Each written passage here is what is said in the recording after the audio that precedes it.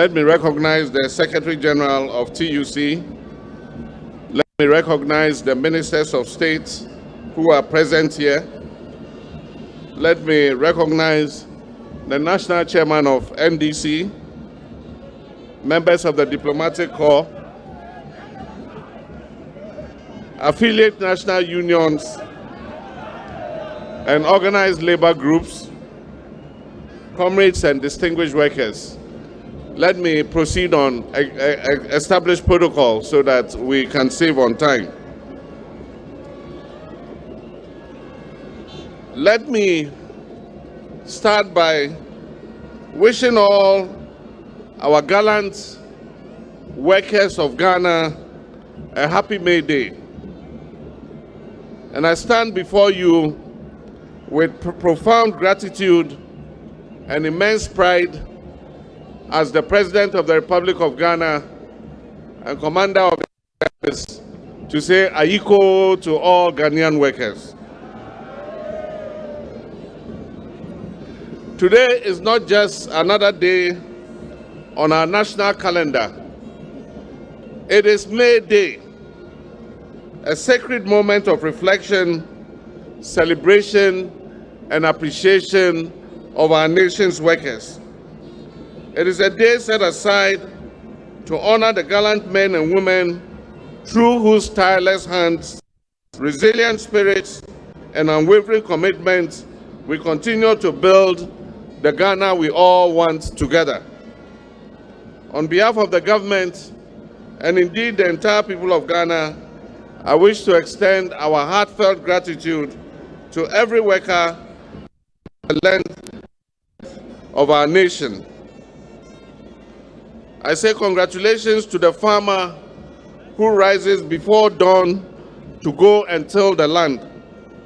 I say congratulations to the nurse who stays late into the night caring for the sick. I say Ayiko to the teacher who shapes the minds of our children. I say well done to the engineer who builds our roads and our bridges. And I say congratulations to the market trader, the artisan, the mine worker, the factory worker, and the security officer, and even the entrepreneur for keeping our nation going. Each of you forms a part of the heartbeat of our national journey. Your resilience through recent economic challenges that tested the very fabric of our endurance as a nation has been nothing but heroic. You demonstrated that the spirit of the Ghanaian worker is unbreakable. When adversity came knocking, you answered with hard work. When uncertainty loomed, you responded with hope. You are indeed the true architects of our recovery, and you are the backbone of Ghana's future. It is because of your sacrifices, your dedication, and your endless optimism that we gather not just to acknowledge, but to celebrate your greatness as workers. From the very first day I assumed office as president, I made a solemn promise to stand with you, to fight with you, and to prioritize your welfare above all else. I understood then, as I do now, that the prosperity of Ghana cannot be separated from the well-being of its workers. In February this year, just a few weeks into my administration, I demonstrated this commitment by meeting with the National Tripartite Committee. After thorough consultations, we agreed to increase the national minimum wage by 10%, raising it from 18.15 Ghana cedis to almost 20 cedis, effective from 1st March 2025. I understand and respect your sense of sacrifice on this matter, considering that inflation at the time was hovering at a whopping 23%.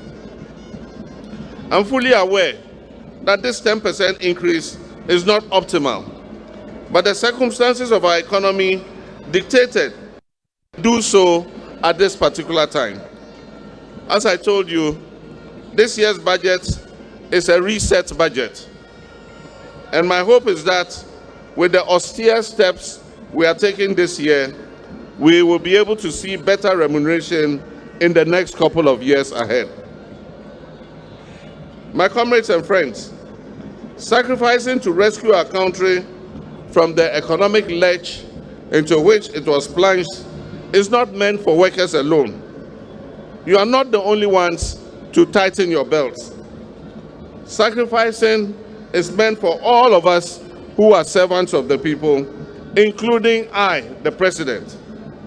And that is why I will lead by example. I will be prudent and modest in handling of our public resources, and I expect all my appointees to do the same. But improving wages is only the beginning. True commitment demands bold action that go beyond just immediate relief. That is why in March, I organized the historic National Economic Forum that brought together stakeholders from every sector: labor leaders, employers, civil society, academia, and policymakers to engage in honest, forward-looking dialogue on a fiscal policy for our economy going forward. At this forum, we mapped out short-term, medium-term, and long-term transformative policies to rebuild and reposition our economy for sustainable growth. Following this spirit of innovation and forward planning, we presented the maiden budget of this government to Parliament, which is anchored on stabilizing the economy and salvaging it from the path of destruction. Beyond stabilizing the economy, the budget was heavy on multi-sectoral investments, which are aimed at revitalizing the productive sectors and putting Ghanaians to work.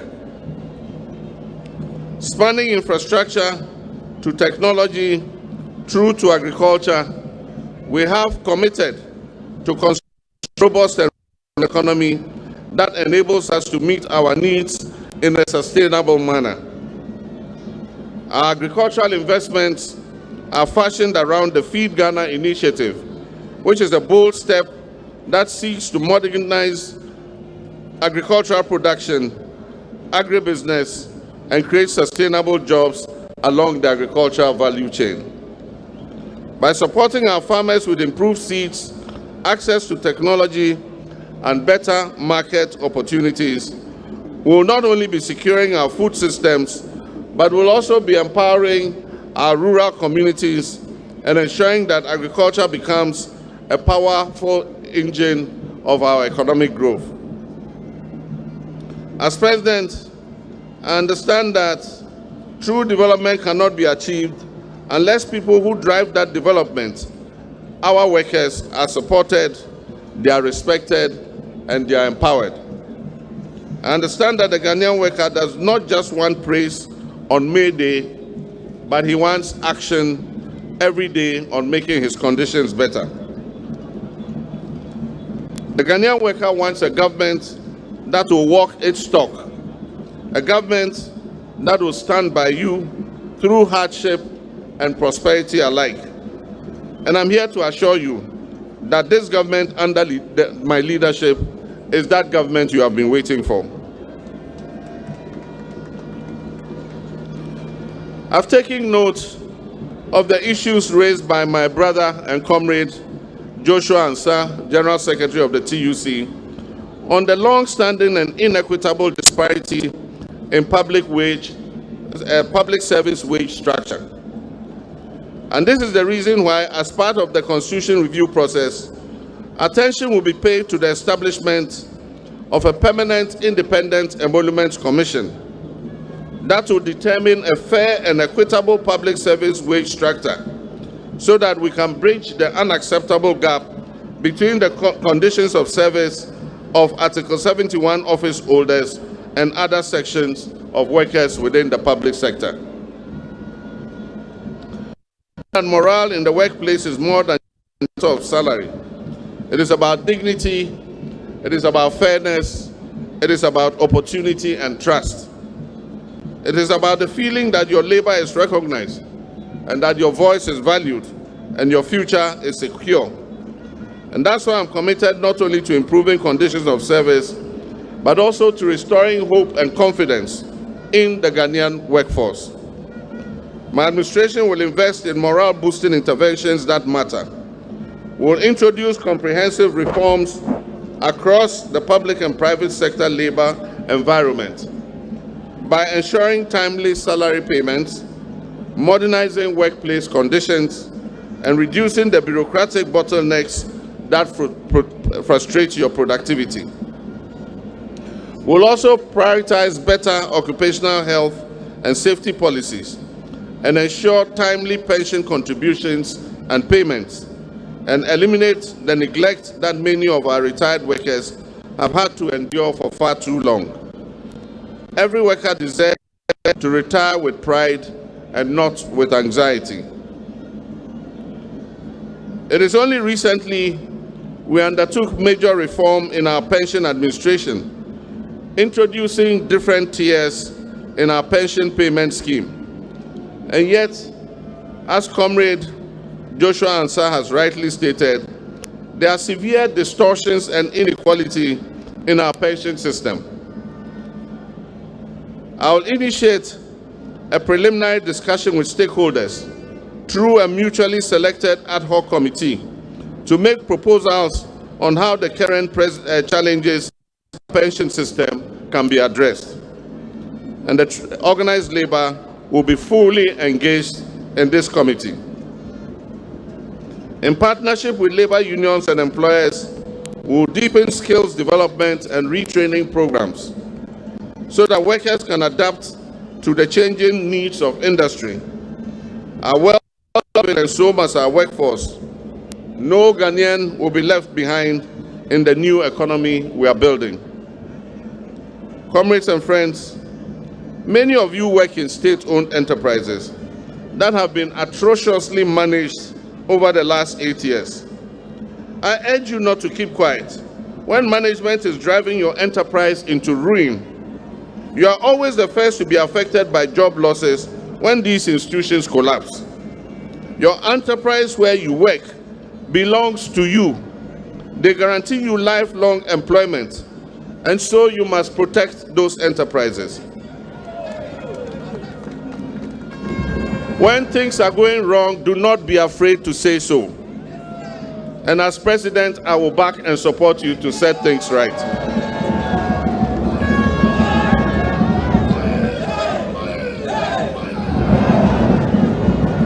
Today we celebrate the sacrifices of workers in Ghana and around the globe. And we had a conference with SIGA, and we're giving the debt position of state-owned enterprises. And almost all of them are in debt. Even companies like Gayhawk Distilleries, where when I was president, they used to pay a little dividend to government. Today, they also owe. And the question I ask is, how can you sell alcohol and be in debt? When Ghanaians are happy, we drink alcohol. When we are sad, we drink. When we are not happy, we are not sad, we drink. So how can you sell alcohol and lose? And so we're charging the management of state-owned enterprises and the workers.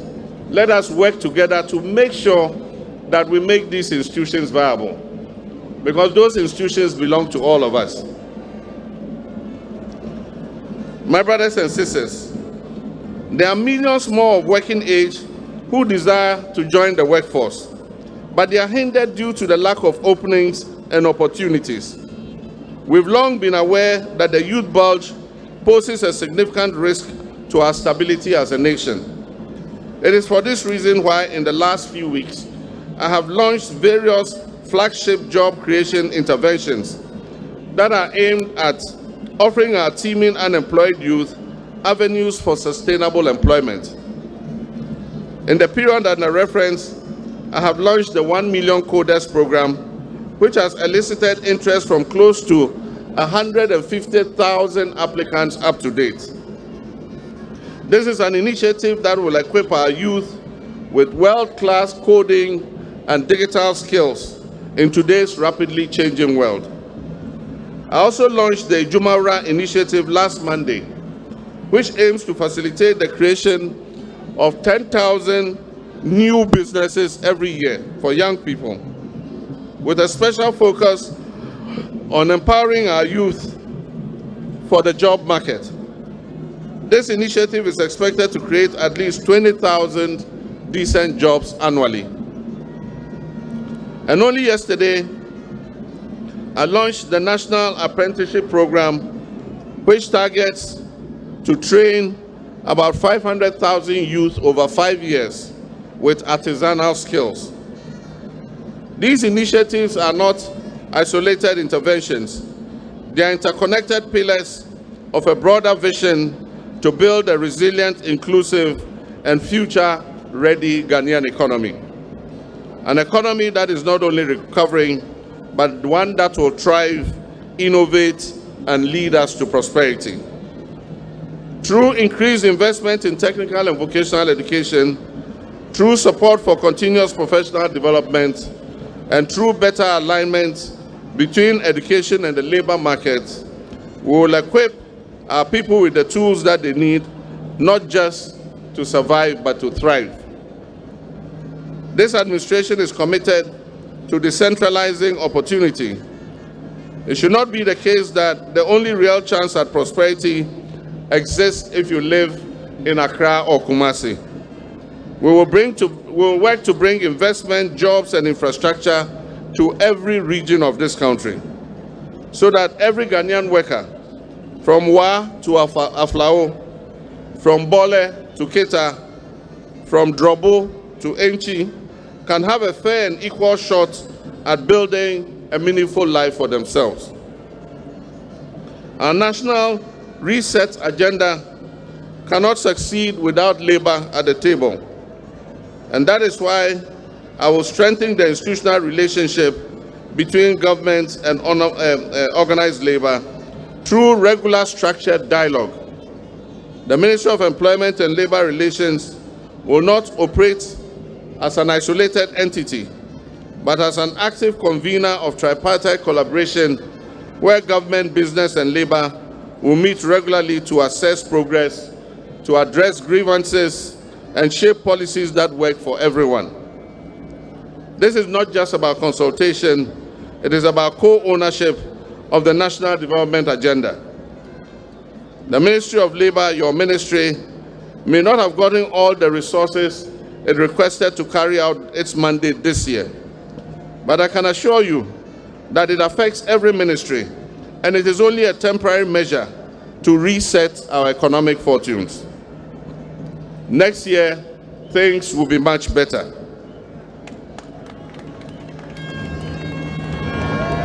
The fight against Galamsey is a complex one. And when I was vying for the presidency, I did not kid myself that when I come into office, I will win that fight in 4 months. Yet, we will not give up. Our gallant men of the armed forces and security services are up to the fight and will continue to score successes against the selfish companies and individuals who are destroying our forests and polluting our water bodies. As far as the fight against Galamsey is concerned, I say, aluta continua. Ladies and gentlemen, the ECG has been brought to its knees by a culture of poor governance over the last 8 years, with a debt of 68 billion Ghana cedis and rising. If we do not do something drastic, our whole power sector will collapse. We can only bring down power tariffs if we improve efficiency in the distribution of power. Let me assure you, that is not my intention to privatize ECG as an institution. Our attention is more a public-private collaboration to inject efficiency into our downstream electricity distribution system. And I must say, it will not be the first time. It's been done before. When I was president, in the free zones, a private company, Enclave Power, was giving the right of metering and billing in the free zones. Electricity company provided them with bulk supply of power. They paid the electricity company until today. They still pay electricity company monthly on time every power electricity company produces to them. And their billing and collection in the free zones enclave is 99% of revenue is collected. This is an existing example. And I'm sure that we can make our electricity distribution more efficient through public-private partnerships. But I can assure you, and read my lips for emphasis, electricity company as an institution will not be privatized. Fellow citizens, let me say this clearly to all Ghanaian workers. Whether you're a teacher in the classroom, whether you're a nurse in a rural chips compound, whether you're a porter in the market, whether you're a miner deep in the bowels of the earth, whether you're a security guard on night shift, a digital innovator writing code from your laptop, I want to tell all Ghanaian workers that you matter. Your contribution matters, and your dreams matter to us. And under my government, we will make sure that those dreams are realized. Let us leave this May Day not only with hope in our work, but with purpose in our hearts. Let us move forward as one people, workers and government, unions and employers, public and private, united in our mission to build a Ghana that rewards our efforts, protects our people, and inspires the next generation. The work ahead is great, but so is the strength of the Ghanaian worker. And with that strength, there is nothing we cannot achieve. May God bless Ghanaian workers. Long live organized labor. Long live the Republic of Ghana. And may God bless our homeland, Ghana.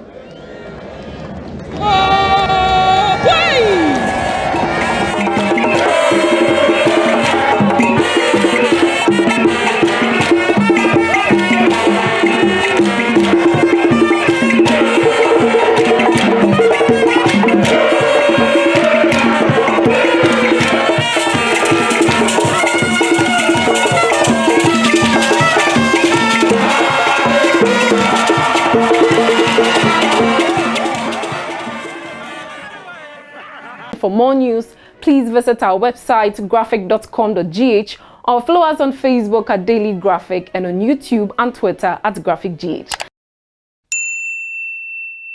Subscribe now.